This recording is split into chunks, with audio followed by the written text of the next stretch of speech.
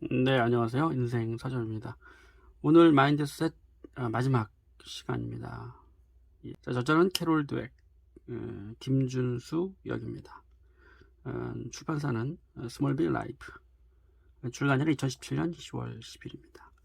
오늘 나눌 내용은 성장 마인드셋에 이르는 4단계. 예. 어떻게 하면 우리는 성장 마인드셋으로 갈 수 있는지, 그 단계별로 또 이 캐롤 드웩 박사님께서 아주 자세하게 소개를 해주고 계십니다. 자, 첫 번째 단계입니다. 인정입니다. 아마 제가 이런 얘기를 하면 놀라실지도 모르겠군요. 진정한 성장 마인드셋으로 가기 위한 첫 번째 단계는 당신의 고정 마인드셋을 받아들이는 것입니다. 잘 살펴보면 우리 모두는 고정 마인드셋을 가지고 있죠. 우리 안에는 성장과 고정 마인드셋이 혼합되어 있다는 점을 알아야 합니다. 그건 부끄러운 일이 아닙니다. 오히려 그건 우리가 인간이라는 증거지요. 하지만 고정 마인드셋이 우리 안에 있다는 걸 인정하자는 것이지, 그것이 자주 모습을 드러내 대혼란을 일으키는 걸 용인하라는 뜻은 아닙니다. 첫 번째 단계가 인정입니다. 자기 안에 고정 마인드셋이 있다라는 것. 이 박사님께서도 말씀하셨지만은 이 고정 마인드셋과 그렇죠? 성장 마인드셋이 함께 우리 안에 있다는 겁니다. 그래서 이 두 가지가 어떤 상황에서는 성장 마인드셋이 나오고 어떤 상황에서는 고정 마인드셋이 나오는 거죠. 자, 그 내재되어 있는 고정 마인드셋을 알아차리고 그것을 인정할 때 그때부터 변화가 시작된다는 겁니다. 우리 안에 어떤 모습이 있는지조차 모르는 상태에서는 그것을 바꿀 수가 없죠. 우리 안에 내 안에 이러한 모습이 있구나. 내가 이렇게 반응하는구나. 내가 이런 식으로 생각하는구나. 이 보이지 않는 습관들은 사실 깨어있는 의식을 통해서 관찰할 수가 있습니다. 그래서 뭐 명상이라든가 또 뭐 글쓰기라든가 이런 방식을 통해서 우리는 우리의 내면의 모습을 바라볼 수 있겠죠. 여러 가지 방법들이 있을 거라고 생각합니다. 그래서 이 고정 마인드셋, 우리의 성장을 할 수 없게 만드는 고정 마인드셋, 우리가 도전할 수 없게 만드는, 멈추게 만드는 그러한 보이지 않는 장애물이 우리 안에 있다라는 겁니다. 그것을 우리가 먼저는 있다는 것을 인정하고 우리 안에 어떠한 모습으로 있는지 그것을 받아들이는 과정이 필요하다. 그것을 받아들일 때 내 안에 이것이 있구나 라고 완전히 받아들일 때 우리는 그것을 바꿀 수 있게 된다. 너무나 중요한 내용이 아닐 수가 없죠. 누구나 다 성장과 고정 마인드셋 두 가지가 다 있다는 겁니다. 인정하자. 첫 번째 단계였고요.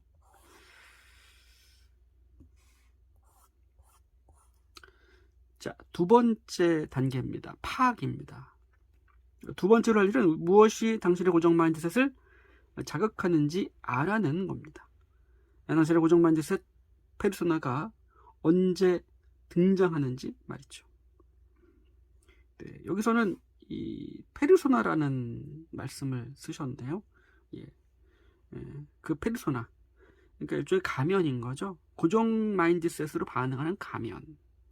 그 가면이 어떤 상황에서 자주 출몰하게 되는지, 어떤 상황에서 모습을 드러내는지 파악을 해야 된다는 겁니다. 고정 마인드셋이 있다는 것을 인정했을 때 그것이 어떤 모습, 어떤 상황에서 내 자신을 멈추게 만들고 도전 못하게 만들고 힘들게 하는지, 포기하게 만드는지, 그 상황, 어떤 상황에서 그것이 내 안에서 작동하는지를 파악을 해야 된다는 거죠. 밑에 보시면은 몇 가지 예가 좀 나와 있는 것 같습니다. 당신이 새롭고 커다란 도전을 앞두고 있을 때 그럴 수 있습니다. 고정 마인드셋의 페르소나가 나타나 이렇게 속삭이는 거죠. 너는 이 일을 할 능력이 안 돼. 모두가 그걸 알아볼 거야. 네.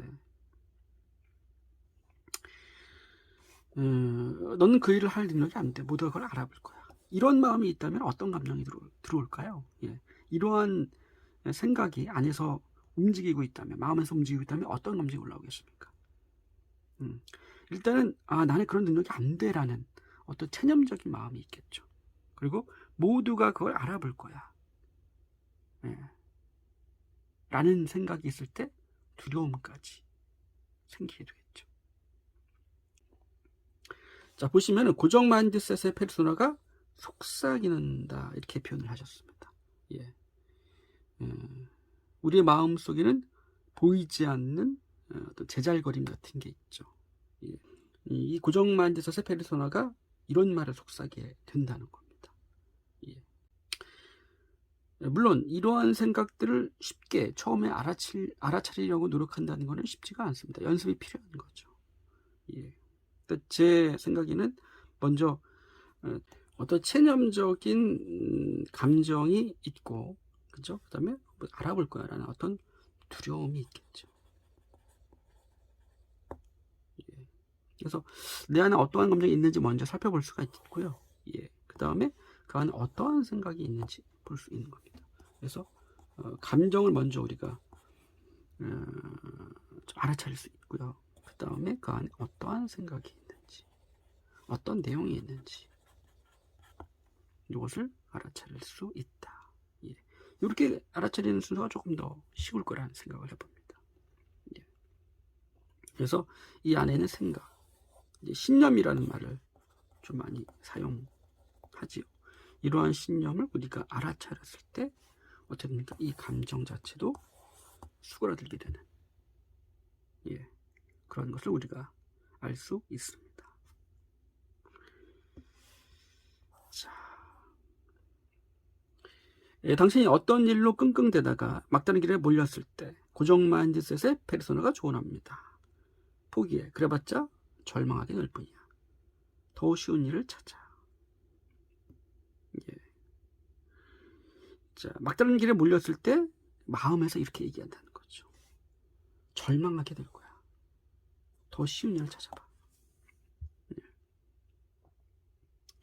네가 이것을 빨리 폐기해. 그렇지 않으면 너는 절망감을 느끼게 될 거야. 어떤 좌절감을 맛보게 될 거야.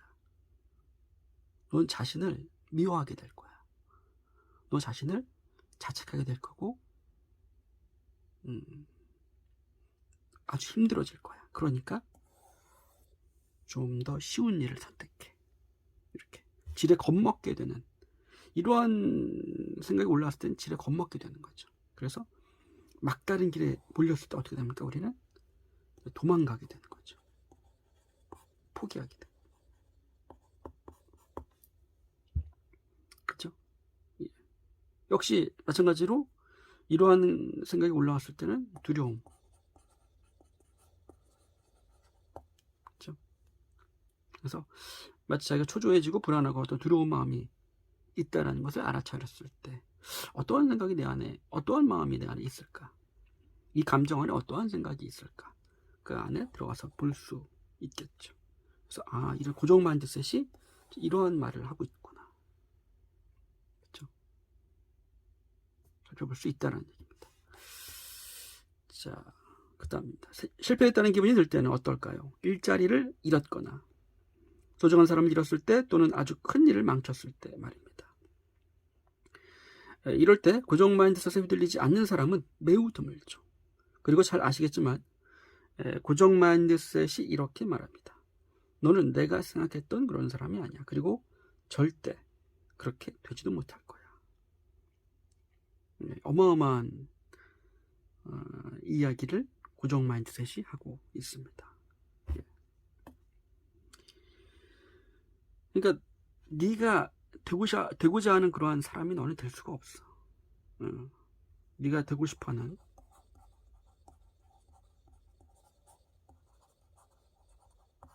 그런 사람은 될 수 없어. 너는 그런 사람이 아니야. 예. 그러니까 실패했다는 기분이 들 때, 내가 어떠한 도전을 했는데 예, 그게 뜻대로 잘 되지 않았습니다. 예, 우리는 언제든지 어떤 시행착오나 실패를 경험할 수 있죠. 그럴 때마다 마음은 이렇게 얘기합니다. 너는 그걸 할 수 있는 능력이 안 돼. 넌 네가 원하는 그런 사람이 될 수가 없어. 그러니까 도전은 빨리 포기해. 이런 얘기를 하는 거죠. 특히 큰 일을 망쳤을 때, 이때 얼마나 그 자책감이 큽니까? 우리. 내가 그 일을 하지 말았어야 돼. 내가 왜 일을 해가지고 이걸 망쳐놨을까? 난 정말 못난 사람이야. 온갖 안 좋은 말들을 스스로에게 퍼붓게 되지 않습니까? 그렇죠? 예. 근데 그러한 말들에 휩싸여서 어떤 그 감정, 이러한 감정에 매몰되게 되면 빠져나오기가 쉽지가 않는 거죠. 그렇죠? 근데 이러한 기분을 아주 우리 알아차리는 연습을 좀 한다면, 지금 기분이 조금 다운되는 것 같은데 어떠한 감정이 있나? 그리고 고정 마인드셋의 페르소나가 어떤 말을 하고 있는지 살펴볼까? 예. 실패라는 것은 반드시 우리가 성장과 성공을 위해서 겪어야 되는 어떤 과정인 거죠. 우리는 실패를 통해서 배울 수 있습니다. 이 값진 경험을 단지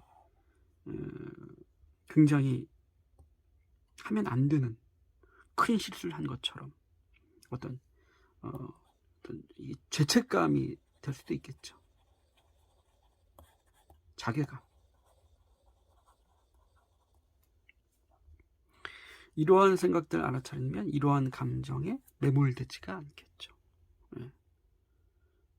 스스로를 구원할 수 있게 됩니다. 예. 깨어있는 의식이 너무나 중요하다는 거죠. 당신이 강점을 보였던 바로 그 분야에서 당신보다 훨씬 뛰어난 사람이 나타나게 된다면요, 과연 고정 마인드셋은 뭐라고 할까요? 결코 그 사람만큼 잘하지 못할 거라고 할까요? 그것 때문에 당신이 그 사람을 약간이라도 더 미워하게 될까요? 네. 인간에게는 열등감이 누구나 다 있습니다. 예. 그리고 또 어떤 습관이 있습니까? 비교하는 습관. 그렇죠? 이 두 가지가 작동을 같이 하게 되면요, 어떻게 됩니까? 끊임없이 비교를 하게 되면 열등은 끊임없이 점점 커지는 거죠. 네. 타인과 나를 비교할 때는 우리가 어떠한 목표를 갖고 있을 때 비교가 쓰임새가 있을 때가 있습니다. 어떤 목표를 갖고 있을 때 어떤 타인 중에 내가 원하는 어떤 목표를 이룬 사람이 있어요. 타인인데 그 사람은 내가 원하는 목표를 이미 이루었습니다.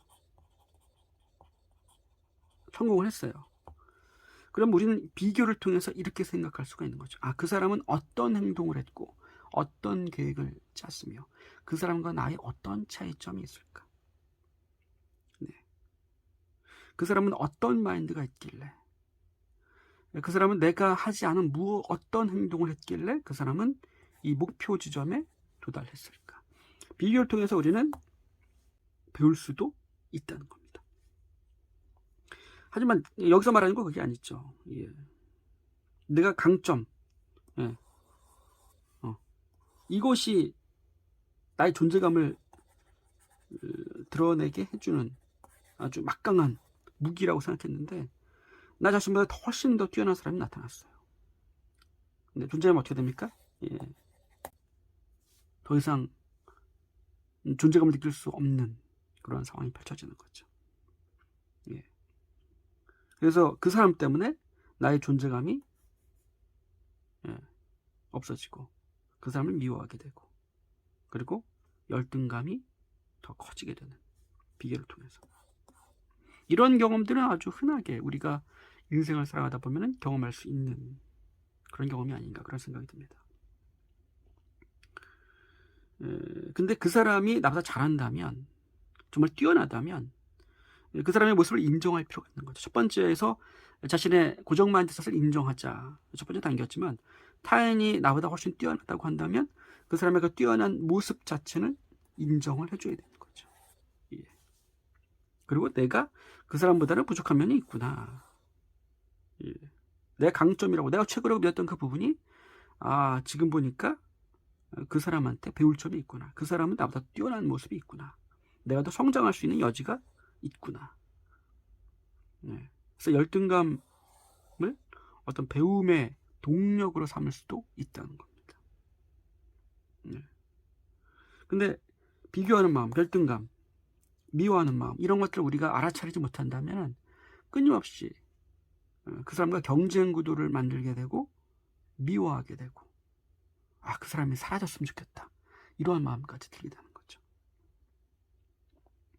그죠? 관계에서 오는 고정 마인드셋의 어떤 페르소나를 보여주는 단적인 예 같습니다.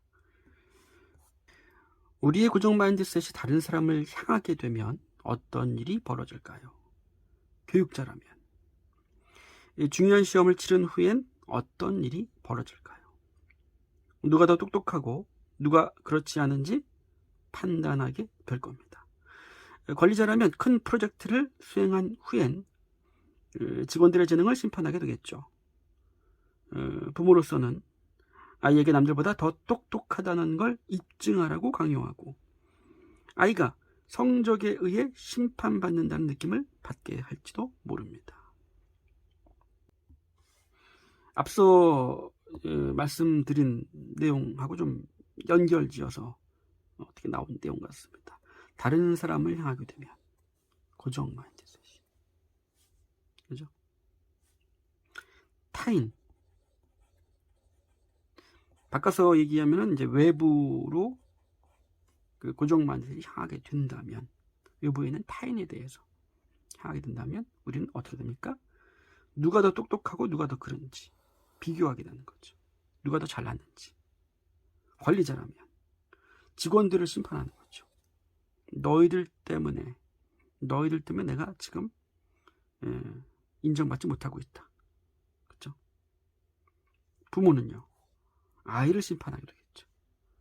네가 다른 옆집 그 아이보다 훨씬 더 똑똑하다는 걸 네가 입증해야 된다.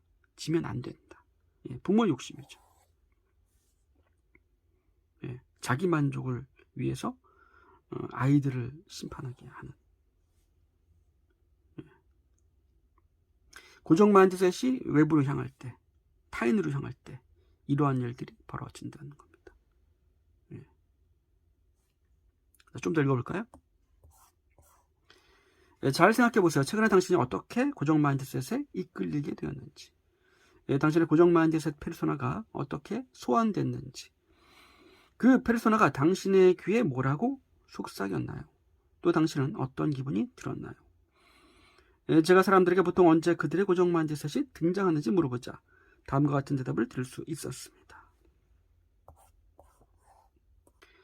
압박을 받을 때 내 고정 마인드셋이 나타났어요. 그건 내 머리를 온갖 소음으로 채우고 내 할 일에 쥐를 쏟지 못하게 했죠. 그래서 어떤 일도 하지 못하겠더군요. 불안이나 슬픔 등의 감정도 고정 마인드셋을 불러내요. 이미 기분이 좋지 않은 나를 더 약해지게 만들고요. 제게 너는 그런 어려운 개념을 이해할 능력이 없어. 여기가 한계야. 라고 말하지요. 여기서 중요한 거는 바로 이런 내용 같습니다. 압박을 받을 때, 우리는 뭐 이제 사회생활을 하다 보면, 그리고 또 학교에 가서도 여러 가지 상황을 통해서 우리는 심리적 압박을 받을 때가 많이 있겠죠. 그럴 때 고정 마인드셋이 나타난다. 자, 온갖 머리에 소음으로 이제 채우게 되면 우리는 어떻게 됩니까? 감정이 올라오게 되면, 부정적 감정으로 일단 생각을 해볼게요. 뭐 불안이라든가 초조라든가 두려운 마음이라든가 누군가를 미워하는 마음이라든가 이제 걱정하는 마음이라든가 이러한 부정적 감정이 올라왔을 때 여러 가지 소음이 이제 마음에 가득 차게 되는데, 그때 내가 할 일에 대해서, 내가 의도한 일에 대해서 주의를 쏟지 못하게 됩니다. 예, 감정이 올라왔을 때 우리는 무언가 내가 하고자 하는 일에 집중을 할 수가 없게 된다는 겁니다. 이것을 알아차리지 않는다면 우리는 계속 이 상태로 머물러 있게 되는 거예요. 집중하지 못, 뭔가를 하려고 하지만 집중하지 못한 상태로. 그렇죠? 안에서 어떠한 움직임이 있는지를 우리는 바라볼 필요가 있다는 거죠. 우리가 갖고 있는 그 주의력이 어디로 갑니까? 이 감정으로 다 빼앗기는 거예요. 감정으로. 그래서 여기에 집중해서 에너지가 남아있지 않게 됩니다. 번아웃 되는 거죠. 에너지가 소모됩니다. 예. 자, 불안이나 감정, 그러니까 어떠한 상황을 통해서 감정이 올라오게 되면 그 감정이라는 것은 이야기를 만들어냅니다. 점점 그 감정에 매몰되게 되면 더 증폭시킵니다. 그 생각들을. 감정은 부정적 감정은 부정적 생각을 더 끌어당깁니다. 예. 거기에 공명되는 생각들을 더 끌어당기죠. 그리고 이 생각은 어떻게 됩니까? 예, 더 이 감정이 증폭되기 때문에 더 감정이 커지죠. 예, 여기에 매몰되는 겁니다. 그죠? 우리는 이러한 상황을 알아차리게 되면 먼저 주의를 다른 곳으로 돌리든지, 그죠? 혼자만의 고요한 공간에 들어가서 자신의 마음에서 어떠한 일이 벌어지고 있는지를 관찰하는 시간을 가져야 돼요. 예. 아, 내 마음에서 너는 그런 어려운 개념을 이해할 능력이 없어. 너는 그 한계야. 더 이상 노력하지 마. 해봤자 너 자신에 대한 불신과 절망감, 그리고 더 기분만 안 좋아질 뿐이야. 라는 속삭임을 마음에서 하고 있다는 것을 발견하게 되는 거죠. 아, 마음이 이런 얘기를 하고 있구나. 그리고 우리는 그 마음에게 그렇지 않아. 나는 할 수 있어. 라고 의도적인 생각, 의식적인 생각으로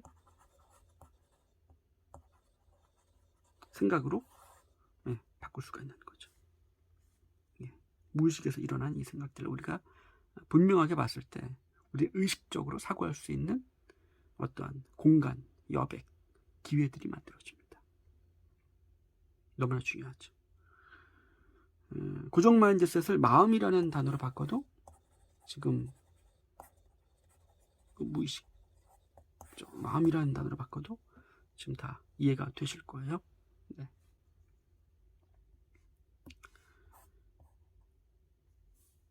네, 그 다음 내용입니다.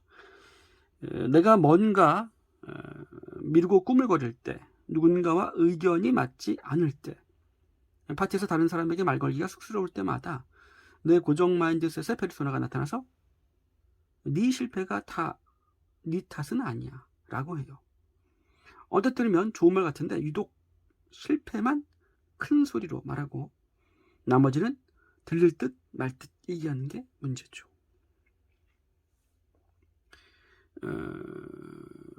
이런 경우가 있습니다. 우리는 자신의 일어났던 일들을 아주 쉽게 다른 사람에게 책임을 전가하는 경우가 굉장히 많죠. 쉽게 이제 남 탓이라고 하죠. 예. 네가 지금 시작해서 그 실패한 것은 전부 다 네가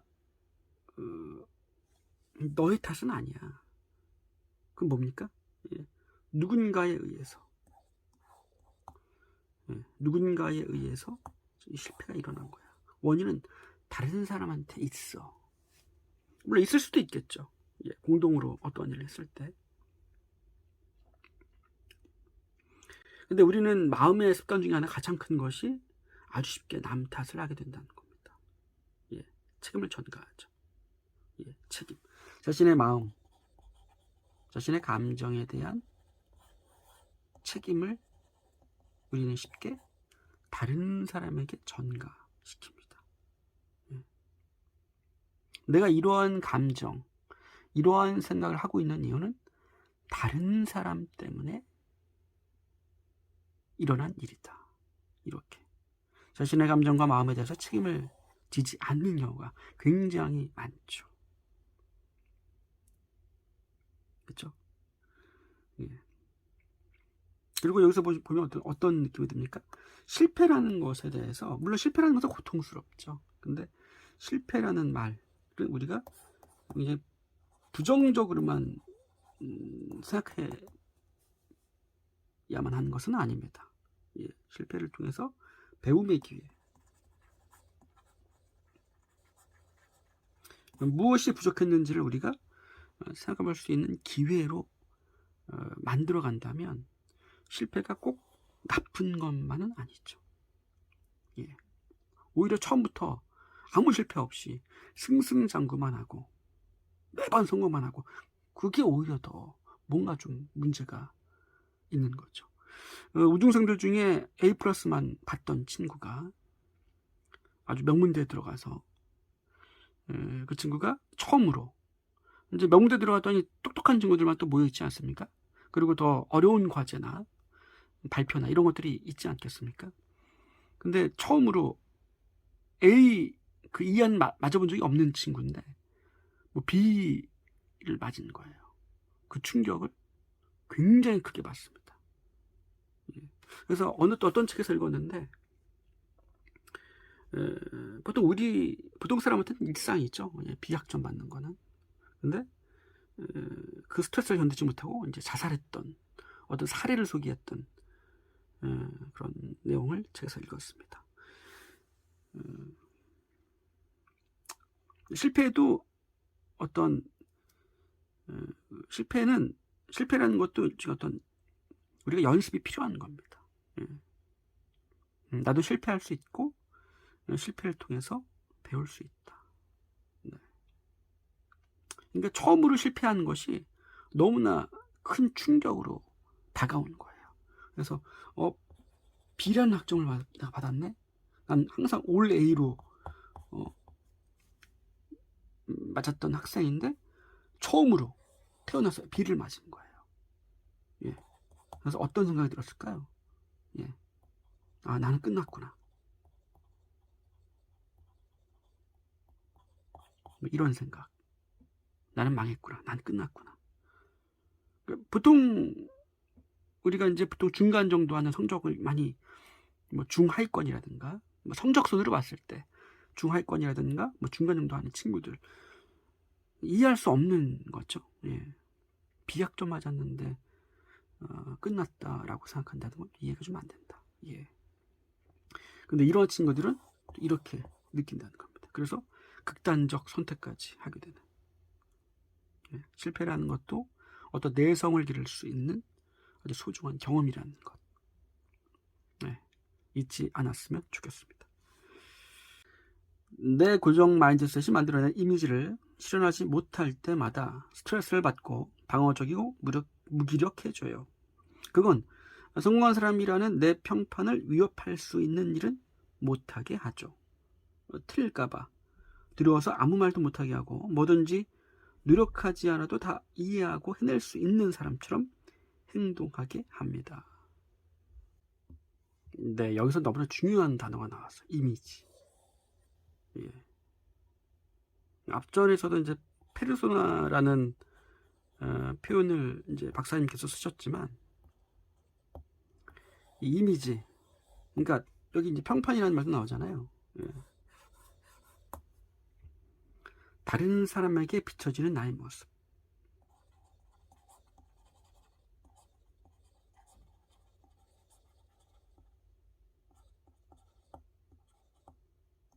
이미지. 그렇죠? 이 이미지가 너무나 중요합니다. 우린 이미지로 살아가는 사람들이 굉장히 많아요. 그리고 이 이미지가 그러니까 자신이 남들에게 비춰지는 그 모습, 이것도 이제 자신의 생각이거든요. 한마디로 보면. 근데 이 이미지가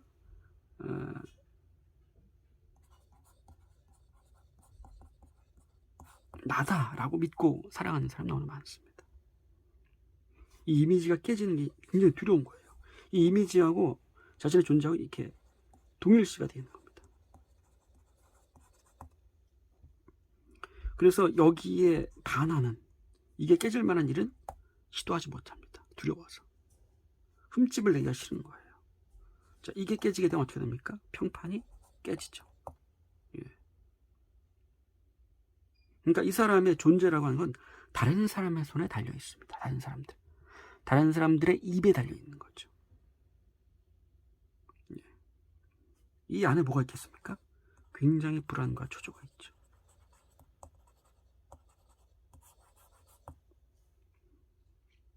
이 이미지가 사실은 깨져야 됩니다. 예. 당연히 이제 방어적인 태도가 나오는 거죠. 예. 자신이 할 수 없다라는 자신감이 없는 문제인데 어떠한 이유나 근거를 들어서 그것은 해봤자 도움이 안 된다. 뭐 불합리한 방법이다. 그거는 이익이 되지 않는다. 무의미하다. 뭐 이런 식으로 여러 가지 이유를 들어서 도전을 하지 않는. 누군가가 자신에게 도움이 될 만한 어떤 비판을 하게 돼도 자신의 평판에 금이 가게 만드는 얘기라고 생각한다면 어떻게 됩니까? 아주 민감한 반응을 보이게 되고 그 사람을 오히려 공격하게 하는, 좋은 도움이 되는 조언도 받아들이지를 못하는 거죠. 그래서 기존에 있던 이 이미지를 계속해서 보호하려고 노력하게 됩니다. 네. 자신은 어떤 이미지를 고수하고 있는지, 어떤 이미지와 동일시되어 있는지 우리는 살펴볼 필요가 있습니다. 예, 그리고 그 이미지가 어떤 상황에서 더 자주 소환되는지, 나는 어떤 이미지가 깨지는 것을 두려워하는지 우리는 그것에 대해서 생각해 볼 필요가 있겠죠. 마감 날짜가 다가오고 우리 팀 전부가 스트레스를 받는 상황에서 내 고정 마인드셋의 페르소나가 심판자로 등장합니다. 그럼 나는 팀의 사기를 올리기는커녕 잔소리꾼 완벽주의자가 되어버리죠. 제대로 때 맞춰 일하는 사람이 하나도 없네. 누구 좋은 생각 가진 사람 없어? 이래선 아무것도 못할 거야 하는 식으로요. 그 결과 많은 일을 혼자 떠맡고 끙끙대죠. 팀의 의욕에 좋은 영향을 주지 못하는 건 말할 필요도 없고요. 여기서 이제 스트레스라는 말이 나오네요. 스트레스가 이제 뭐 좋은 스트레스도 있고 또 건강에 좋지 않은 스트레스도 있습니다. 근데 이 건강에 좋지 않은 스트레스가 방치되고 쌓이게 되면 몸의 질병으로도 이제 이어지게 되는 거거든요. 그래서 우리는 스트레스 관리를 해야 됩니다. 근데 이 스트레스를 받을 때마다 자신 안에 심판자가 나온다는 얘기예요. 이 상황에서는. 그래서 다른 사람을 닦아라고 압력을 가하고 막 자기 마음대로 판단하고, 그죠? 감정을 건드리게 하는 말들을 하고 상처 주는 말들을 하게 되고, 스트레스를 받게 되면 이 사람은 이렇게 행동하게 된다는 겁니다. 이것을 인식하지 못한 상태로 계속 살아가는 거예요. 근데 어느 순간 고정 마인드셋이 이런 상황에서, 내가 스트레스를 받는 상황에서 다른 사람한테 이러한 말들을 하고 있구나, 이런 행동을 하고 있구나라는 것을 우리가 파악했을 때 어떻게 됩니까? 멈추게 되죠. 차츰차츰 그 행동을 멈추게 되고 다른 행동으로 대체할 수 있게 되는 겁니다. 스트레스와 관련되어 있는 우리의 습관적 행동들은 우리 모두가 한번 상황마다 생각해보고 살펴봐야 되는 그러한 문제가 아닌가 생각이 들어요.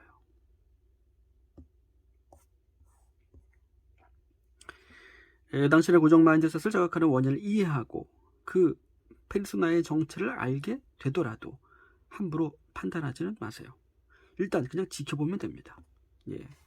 그러니까 내가 이런 행동을 했구나. 그래서 이걸 통해서 또 자기를 고정 마인드셋을 관찰한 다음에 내가 이런 행동을 했었구나, 이런 말들을 했었구나, 내 마음속에 이런 말들을 하고 있네. 역시 나는 안 돼 라는 또 자책감을 또 갖게 되는 겁니다. 스스로를 판단하는 거예요, 자신이. 그 페르소나의 정체를 알더라도 판단하지 말라는 겁니다. 자신에 대해서. 우리는 타인에 대해서 판단 많이 하죠. 예. 자신에 대해서도 타인으로부터 방향을 돌려서 외부로 향하던 고정 마인드셋은 주의를 돌려서 자신을 바라볼 수 있게 해야 하고, 자신이 안에 있는 그 페르소나의 정체를 알게 되더라도 역시 판단하지 말라는 겁니다. 네. 우린 타인에 대해서도 판단하지만 자신에 대해서도 끊임없이 판단을 하고 있죠. 스스로를 판단하지 말라는 거죠. 고정 마인드셋이 어떻게 움직이고 있는지 그것을 있는 그대로 어떻게 합니까? 1단계 첫 번째에서 인정하고, 예. 파악된 고정된 마인드셋을 인정하는 것, 그냥 지켜보는 겁니다. 관찰. 아, 이런 모습이 있구나, 이러한 말들을 하고 있구나, 예. 있는 그대로 인정하는 거죠. 그리고 관찰하는 겁니다. 판단하지 말고요. 예. 자, 세 번째로 넘어가겠습니다. 세 번째, 명명입니다. 이제 당신의 고정 마인드셋 페르소나에게 이름을 붙여주세요. 잘못 들은 게 아니에요. 맞습니다. 이름을 붙여서 부르라고요. 저는 수전 매키가 자신의 고정 마인드셋에 이름을 붙인 금융권 임원들을 다루는 모습을 지켜봤습니다. 그들은 각자 자신의 페르소나를 불러내는 게 무엇인지에 대해 말하고 있었죠. 한 고위급 임원은 이렇게 말했습니다. 우리가 중대한 상황에 놓일 때 두에인이 등장해요. 네, 이 두에인이 이제 페르소나에다가 이름을 붙인 겁니다. 두에인이라는 이름을. 이 두에인이 등장하는데 그는 나를 모두에게 아주 비판적인 사람으로 만들고, 나는 남들을 도와주기보다 군림하고 요구만 하는 사람이 되어버리죠. 라고 말했습니다. 네. 이 두에인이 등장할 때마다 아주 비판적인 사람이 된다는 얘기예요. 그리고 남들을 도와주기보다는 군림하고 요구만 하는 사람이 된다는 겁니다. 이 두에인이 등장했을 때. 그러자 그의 팀원인 한 여성이 재빨리 이렇게 맞받았어요. 맞아요. 그리고 당신의 두에인이 나타나면 내 레니가 성질을 부리죠. 레니는 나를 무능하게 만드는 마초형 남성이에요. 당신의 두에인이 내 레니를 끄집어내면 나는 겁을 먹고 불안해하는데 그게 또 두에인을 화나게 만들죠. 그리고 이런 놀라운 대화가 계속 오고 갔습니다.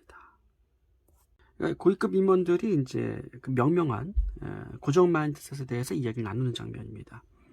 한 사람은 두에인이라는 이름을 붙인 거고요. 예, 또 한 사람은 렌이라는 이름을 붙인 거예요. 그래서 두에인이라는 이름을 붙인 사람은 이것이 등장하게 되면은 비판적인 사람, 군림하는 사람, 요구하는 사람이 그런 모습이 나온다는 거고요. 이 사람의 두에인이 나왔을 때 같이 일하는 또 다른 임원은 렌이라고 이름 붙인 고정 마인드셋이 모습을 드러내게 되고 겁을 먹고 불안해한다는 얘기입니다. 그리고 두에인을 더 화나게 만들죠. 이러한 이야기, 자신이 이름 붙인 고정 마인드셋에 대해서 서로가 얘기를 나누고 있는 장면입니다.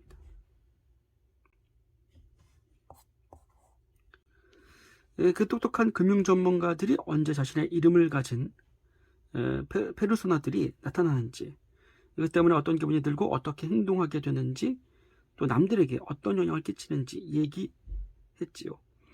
그런데 이렇게 서로의 페르소나와 자극 원인을 알게 되니 그들은 서로를 어떻게 대해야 하는지 알 수 있었고, 이 조직의 사기는 급격히 높아질 수 있었습니다. 예. 매년 가을 저는 신입생 세미나를 주관합니다. 아주 열정적이고 또 아주 걱정이 많은 16명의 새내기 스탠퍼드 대학생들을 상대하죠. 매주 저는 그들에게 매번 다른 주제에 대한 짧은 장문 숙제를 내줍니다. 자신에게 중요하지만 바꾸고 싶은 무언가를 찾아 어떻게 바꿀 것인지 적어라. 변화의 차원에서 어떤 일에든 성장 마인드셋을 적극적으로 적용해보라. 25년 후에 자신을 상상해서 자신이 어떤 사람이 되었는지, 그 과정에서 겪은 고난, 실망, 역경과 실패에 대해 서술한 편지를 써라 등등의 내용입니다. 올해에는 새로운 시도를 해봤어요. 과거의 학생들에게 자신의 마인드셋을 살펴보라는 숙제를 내주면 꼭 학생들 중 몇몇은 자신이 오랫동안 완전한 성장 마인드셋을 갖춰왔다고 주장했죠. 하지만 올해에는 학생들에게 자신의 고정 마인드셋을 유발하는 원인을 파악하고 그 고정 마인드셋 페르소나에게 이름을 붙여보라고 주문했습니다. 결과는 흥미로웠습니다. 그 결과 그런 원인이나 페르소나가 없다고 주장한 학생이 단 한 명도 나오지 않은 것이죠. 그들 모두 유려하게 그리고 고통스럽게 자신의 고정 마인드셋 페르소나에 대해 그 유혹과 영향에 대해 글을 쓸 수 있었던 겁니다. 예. 그런 원인이나 페르소나가 없다고 주장한 학생이 단 한 명도 나오지 않았다는 겁니다. 예. 네, 비밀스럽고 잘난 체하는 고정 마인드셋 페르소나 거트루드를 소개하겠습니다. 그녀는 내 무의식에 스며들어 나를 잠식했어요. 이 거트루드라는 이름은 강력한 창이라는 뜻으로 그녀의 고집과 탁월한 힘을 상징하지요. 그녀는 힘든 일, 2등, 불완전을 경멸해요. 실패나 불완전을 암시만 해도 거트루드가 등장하죠. 수영 기록이 3초가 느려졌다. 훈련에 안 나가요. 같은 반의 다른 애보다 자화상을 못 그렸다. 예술은 내 분야가 아닌 거죠. 언니보다 어휘력이 부족하다. 그럼 절대 언니처럼 똑똑하지 못하다는 뜻이고요. 거트루드는 한 번 실패는 결정적이라고 제게 얘기합니다. 한 번의 실수가 미래의 성공을 다 망칠 수 있다고요. 네, 슈거데디는 마치 남편처럼 평생 나와 함께 붙어있을 거예요. 그는 내가 안전지대 밖으로 나올 때, 비난을 받을 때, 실패를 경험할 때마다 나타나서 나를 방어적이 되게 하고 남을 비난하게 하고 침체되게 만들죠. 슈거데디는 자신의 안전지대를 절대 벗어나지 않으려 하고 나를 답답하게 올가매려고 해서 점점 나와 갈등을 겪고 있어요. 안전지대 밖으로 나올 때마다, 비난을 받을 때, 실패를 경험할 때마다 방어적이게 만든다는 겁니다. 슈거데디라는 고정 마인드셋 페르소나가 그렇게 한다는 얘기입니다. 그래서 방어적이게 되면서 어떻게 됩니까? 비난하게, 남을 타인을 비난하고 침체되게 만들죠. 자신의 안전지대를 절대 벗어나려 하지 않습니다. 예. 그래서 자신과의 갈등이 만들어집니다. 자신과의 갈등.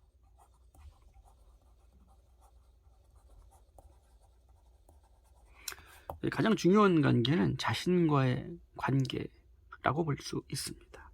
우리가 관계 그러면 이제 타인과의 관계를 보통 말하지 않습니까? 그러나 이 타인과의 관계는 사실은 이 자신과의 관계에서 출발을 합니다.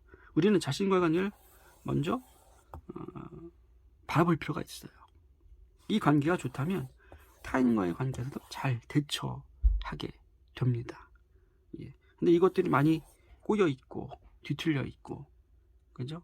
뭔가 거기에 담이 쌓아져 있고, 그죠? 예. 이 자신과의 관계 너무나 중요한 것 같습니다.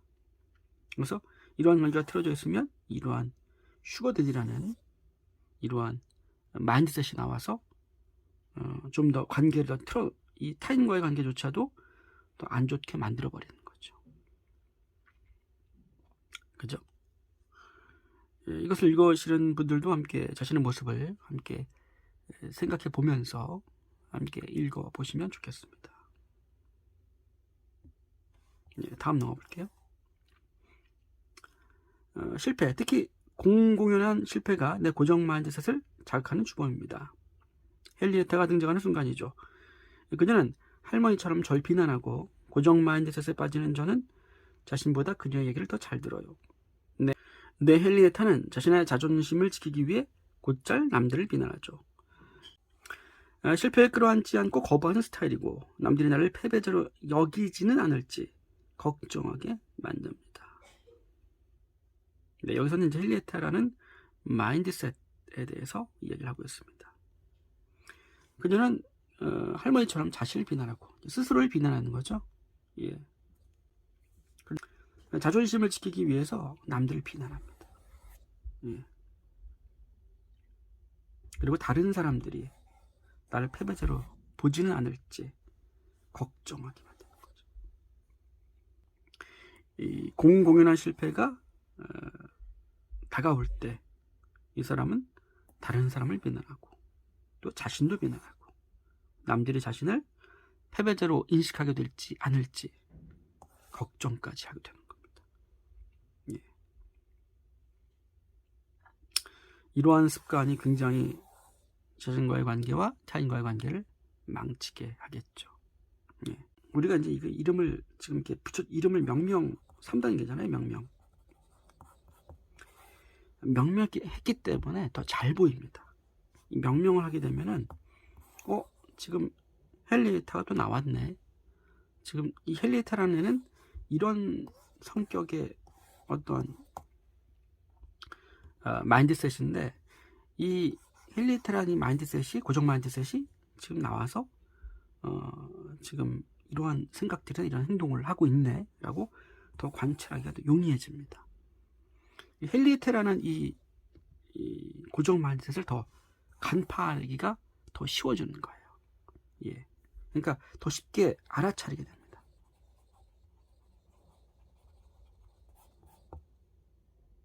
헨리에타라는 이 고정 마인드셋이 이런 모습도 있었네. 남들 자신만을 비난하는 줄 알았더니 타인도 비난하고 있네.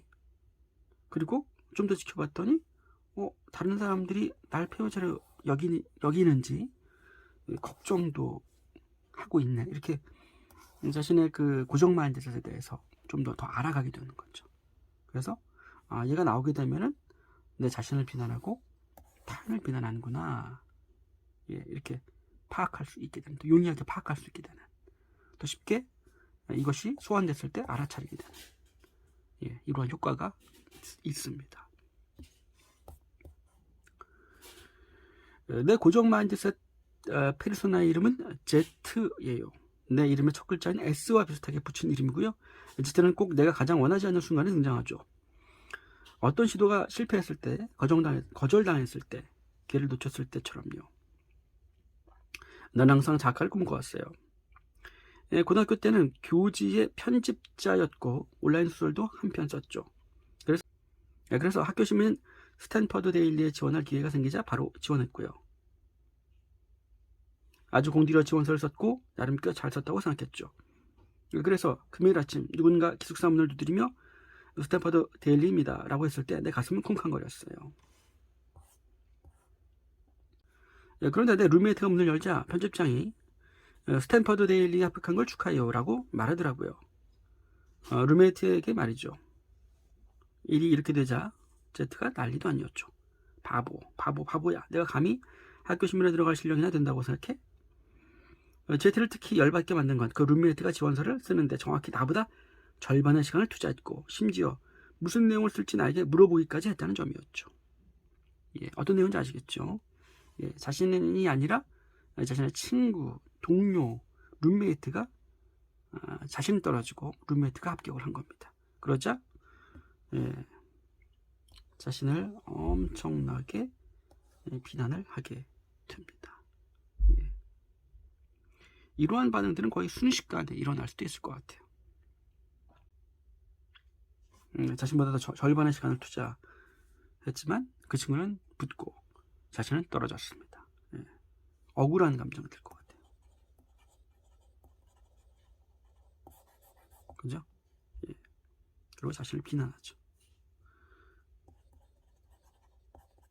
네, 우리도 한번 살아가면서 이러한 경험들을 한 번쯤은 해봤을 만한 그러한 내용인 것 같습니다.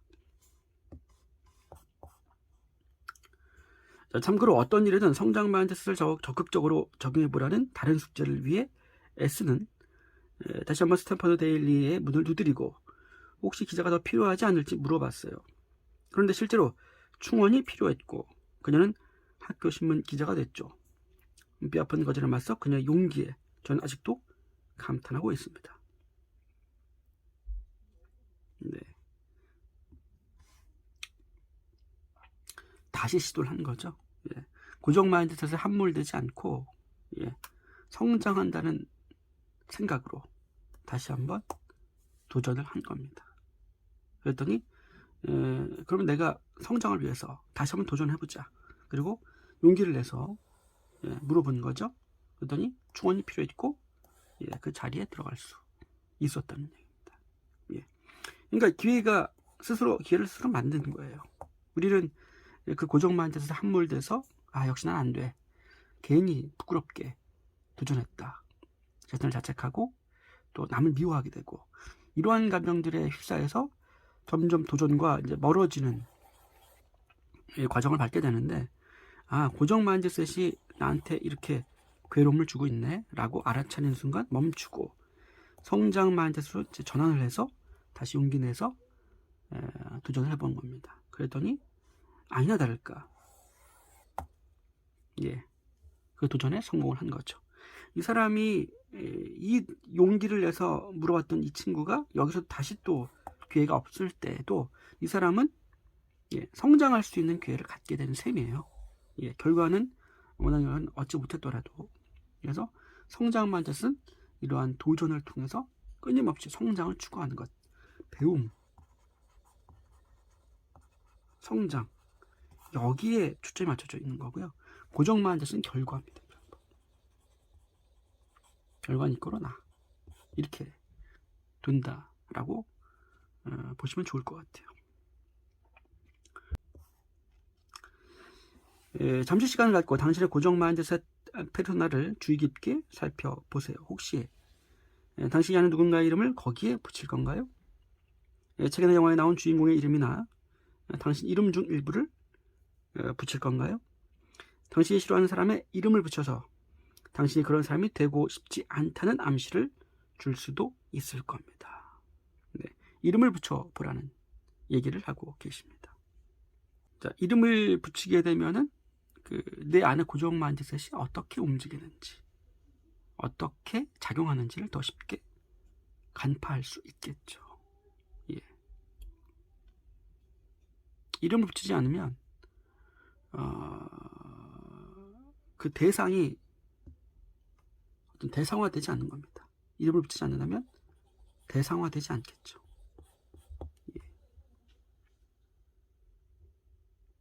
우리가 무의식 안에도 여러 가지 감정이 있지 않습니까? 근데 이 감정은 시기심, 이 감정은 질투, 이 감정은 걱정, 이 감정은 불안, 이 감정은 어떤 모욕감. 이렇게 이름을 붙였을 때 이 감정이 정확하게 더 보이게 되는 거죠. 이 감정이 뭘까? 봤더니 모욕감이에요. 그죠? 이렇게 이름이 하나하나 우리가 감정을 들으면 그게 어떤 감정인지를 볼 수가 있습니다. 그런 것처럼 자신의 고정 마인드셋에 이름을 붙인다면 어울리는 이름을 붙이면 좋겠죠. 그죠? 그 이름 붙이는 거는 자유겠지만 그러면 요 감정, 요 마인드셋이 지금 작동하고 있구나. 더 쉽게 명명하는 순간 좀 더 쉽게 그것을 알아차릴 수 있게 되는 것 같습니다. 마지막 네 번째 단계입니다. 마지막 단계죠. 교육과 동행. 자, 이제 당신의 고정 마인드셋 페르소나에 대해 속속들이 알게 됐습니다. 이름까지 붙여줬으니까요. 그럼 이제 뭘 해야 할까요? 교육을 시키는 겁니다. 당신의 여정에 동행시키세요. 당신의 고정 마인드셋을 자극하는 동기에 대해 더 잘 알게 될수록 당신의 그 페르소나의 출현을 더 잘 경계할 수 있게 됩니다. 당신의 안전지대 밖으로 나오게 될 것 같으면 그 페르소나가 나타나 멈추라는 경고를 날릴 거라고 미리 예상하고 준비할 수 있지요. 그 경고에 고마움을 표현 후 당신이 왜 이 일을 해야 하는지 설명하고 함께 가자고 손을 내미세요. 자, 보라고. 나도 이게 잘 안 되리라는 걸 알아. 하지만 꼭 한번 해보고 싶어. 그러니 나와 함께 해주지 않을래? 라고 얘기할 수 있겠죠. 네. 당신이 고난에 빠졌을 때도 페르소나가 나타날 가능성이 아주 높지요. 억지로 억누르거나 막지 말고 그게 춤을 추든 노래를 부르든 자기 할 일을 하도록 놔두세요. 그러다가 좀 잠잠해진 것 같으면 이 고난으로부터 무엇을 배워 앞으로 전진할 건지 당신의 계획을 설명해 주세요. 좋아, 내가 이걸 잘하지 못할 수도 있지만 다음에 뭘 해야 할지 알겠어. 그러니 그냥 한번 해보자고. 예. 그러니까 여기서 제가 좀 드리고 싶은 말씀은, 자, 여기서 보시면은 그러다가 좀 잠잠해지는 것 같으면 무엇을 배워 앞으로 전진할 건지 계획을 설명해 주세요. 그러니까 지금 이 고정 마인드셋, 이름을 붙이는 고정 마인드셋이 막 안에서, 그죠? 부정적인 얘기를 쏟아내고 감정을 만들어내고 이럴 때 그것을 굳이 억누를 필요가 없다는 겁니다. 그것이 차츰 수그러들 때까지 그냥 지켜만 보고 있는 거예요. 그것과 싸울 필요가 없는 겁니다. 예, 싸우지 말고 그것을 막 애써서 억누르지 말고 그냥 지켜보는 거죠. 그것이 어느 순간 서서히 가라앉으면 그때 얘기를 시도하는 거죠. 예. 자신의 무의식에서 일어나는 그 고정 마인드셋과 싸울 필요가 없습니다. 싸우게 되면 더 힘이 빠지는 거죠. 오히려 말리게 될 수도 있습니다. 예. 그죠? 싸우지 말고 그대로 놔두고 지켜보다가 잠잠해지면 그때 가서 천천히 얘기를 꺼내는 겁니다. 타인과의 관계도 마찬가지인 것 같아요. 심하게 감정이 올라왔을 때는 우리가 잠시 시간적 좀 여유를 가졌다가 가라앉은 다음에 그때 한번 또 다시 한번 대화를 시도하는 것이 좋은 현명한 방법이 될 수 있을 겁니다. 자신과의 관계도 똑같다는 얘기입니다. 그죠? 예. 자신과의 관계를 통해서 타인과의 관계도 우리는 어떠한 속도를 조절할 수 있게 되는 것 같습니다. 당신의 고정 마인드셋 페르소나가 탄생한 이유는 당신을 안전하게 보호하기 위함이라는 걸 기억하세요. 다만 그 방법이 매우 제한적일 뿐입니다.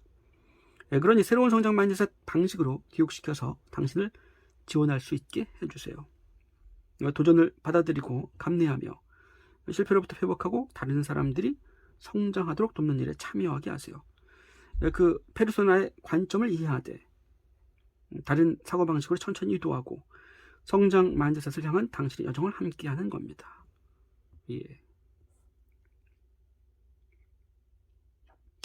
고정 마인드셋이라고 하는 것은 방어적이고 타인을 비난하고 이러한 행동들이 자신을 보호하기 위한 어떠한 본능적 습관들이라는 겁니다. 예. 근데 그런 것들이 사실은 어떤 반응적인 습관들이기 때문에 그것을 알아차리고 자신의 친구로 만들어서 자신을 돕도록 지원군으로 만들으라는 겁니다. 그 힘을, 그 에너지를 자신의 지원군으로 돌려서 쓸 수 있다는 얘기죠. 예. 다른 사람에게도 마찬가지입니다. 우리가 다른 사람의 관점을 이해하되 사고방식을 천천히 이동하고 자신의 의견을 천천히 주의스럽게 얘기할 수 있는, 그죠? 이 고정 마인드셋을 이제 좀 다루는 것을 좀 익히게 되면 타인과의 관계에서도 똑같이 적용한다면 좀 더 좋은 관계로 우리가 발전할 수 있지 않을까, 그런 생각을 해봅니다. 누구나 각자의 고정 마인드셋 페르소나를 가졌다고 이해하면 타인에 대한 우리의 시선이 더 부드러워질 수 있습니다. 그들도 각자의 싸움을 하고 있다고 이해할 수 있는 거죠. 앞에서 저는 일부 교육자들이 고정 마인드셋에 따라 행동하는 아이들을 야단치는 모습에 화가 났다고 말한 적이 있습니다. 그건 마치 교실 앞에 마인드셋 차트를 그려놓고 아이들에게 실적을 쌓으려고 강요한 것과 마찬가지인 겁니다. 무슨 내용입니까? 이제 앞에서 이 캐롤 드웩 박사님께서 일부 교육자들이 고정 마인드셋에 따라 행동하는 아이들을 야단치는 모습에 화가 났다고 얘기를 하시는 거예요. 그러니까 이건 뭐냐, 고정 마인드셋과 성장 마인드셋으로 아이들을 판단하고 혼내라는 도구로 써먹지 말라는 얘기입니다. 너는 고정 마인드셋이구나. 그렇게 행동하면 안 돼. 이렇게 행동해야 돼. 옳고 그름을 판단하라는, 남들을 판단하고 혼내고 야단치라는 도구를 쓰지 말라는 얘기입니다. 네. 그것은 마치 교실 앞에 마인드셋 차트를 그려놓고 아이들을 실적을 쌓으라고 강요하는 것과 마찬가지다. 예. 이것을 그들을 혼내기 위한 수단으로 써먹지 말라. 스스로 자신의 고정 마인드셋을 돌아보는 데 사용해야지 타인을 판단하고 통제하기 위한 수단으로 써먹으면 안 된다는 얘기입니다. 예. 굉장히 큰 오류를 범하고 있는 거죠. 그죠? 이런 일을 다음에 말하는 교사의 방식과 한번 비교해 봅시다. 이 교사는 자신이 가르치는 학급의 아이들에게 각자의 고정 마인드셋에 대해 이야기하게 한 다음 이름을 붙이게 했습니다. 한 소녀는 그러기를 거부했어요. 매번 그러는 아이였죠. 아무리 선생님이 부드럽게 달래도 절대 하지 않는 일이 많은 아이. 그러니까 아무리 부드럽게 달래도 절대 따라서 하지 않는 아이였다는 얘기입니다. 몇 주 동안 이 아이는 가만히 앉아만 있었습니다. 다른 아이들이 자신의 페르소나에 겁쟁이 셀리, 게으른 레리, 불안한 앤디, 힘없는 한나 등등의 이름을 붙이고 이야기하는 동안에도 항상. 하지만 그래도 선생님은 아이가 준비되면 언제든지 자신이 들어줄 준비가 되어 있다고 말하며 기다려줬죠. 그러다 어느 날 갑자기 아이가 엉망진창 데니오라고 입을 열었어요. 뭐라고? 엉망진창 데니라고요. 아이는 반복해서 말했어요. 뭘 하려고 해도 전 잘 못해요. 뭐 하나 잘하는 게 없어요. 그래서 애들이 전부 절 보고 엉망진창이라고 욕해요. 네. 아이가 학교에서 공부를 하려 할 때마다 엉망진창 데니 소리를 질러대는 통에 집중할 수 없는 듯 보였습니다. 그럴 때 선생님은 아이 곁으로 다가가 공부를 도와주었죠. 그러면 엉망진창 댄도 차츰 수그러들었고 덕분에 아이는 평화를 찾고 공부할 수 있었습니다. 그런 후에는 놀랍도록 빠르게 성장했고요.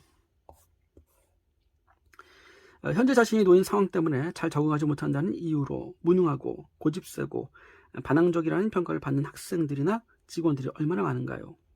그리고 우리는 얼마나 자주 이런 사람들을 위협하고 벌주고 포기하는 경우가 많은가요? 그들이 이런 상황을 이겨내도록 자신이 성공할 수 있는 조건을 조성하도록 도와주는 대신에 말입니다. 우리들 각자에게 저마다 떠나야 할 여정이 있습니다. 그 여정은 우리가 모두 두 가지 마인드셋을 가졌다는 걸 받아들이면서 시작됩니다. 그 다음 무엇이 우리의 고정 마인드셋을 불러오는지 알아야 하죠. 실패, 비난, 마감기한, 의견의 불일치. 그럼 우리는 고정 마인드셋 페르소나가 나타나면 어떤 일이 발생하는지 알게 됩니다. 이 페르소나는 누구인가요? 이름이 뭔가요? 우리가 어떻게 생각하고 느끼고 행동하게 만드나요? 우리 주변에 어떤 영향을 끼치나요? 중요한 것은 우리가 자신의 페르소나를 교육시켜서 우리의 여정에 참여시키면 성장 마인드셋의 상태를 유지하는 방법을 배울 수 있다는 겁니다. 더 좋은 건 우리는 다른 사람들이 그들의 여정을 지속하도록 돕는 법 또한 배울 수 있다는 점이죠. 네, 오늘 마인드셋 마지막 시간이었습니다. 반드시 꼭 읽어보셨으면 좋겠습니다. 예, 전 또 다음 시간에 뵙도록 하겠습니다. 감사합니다.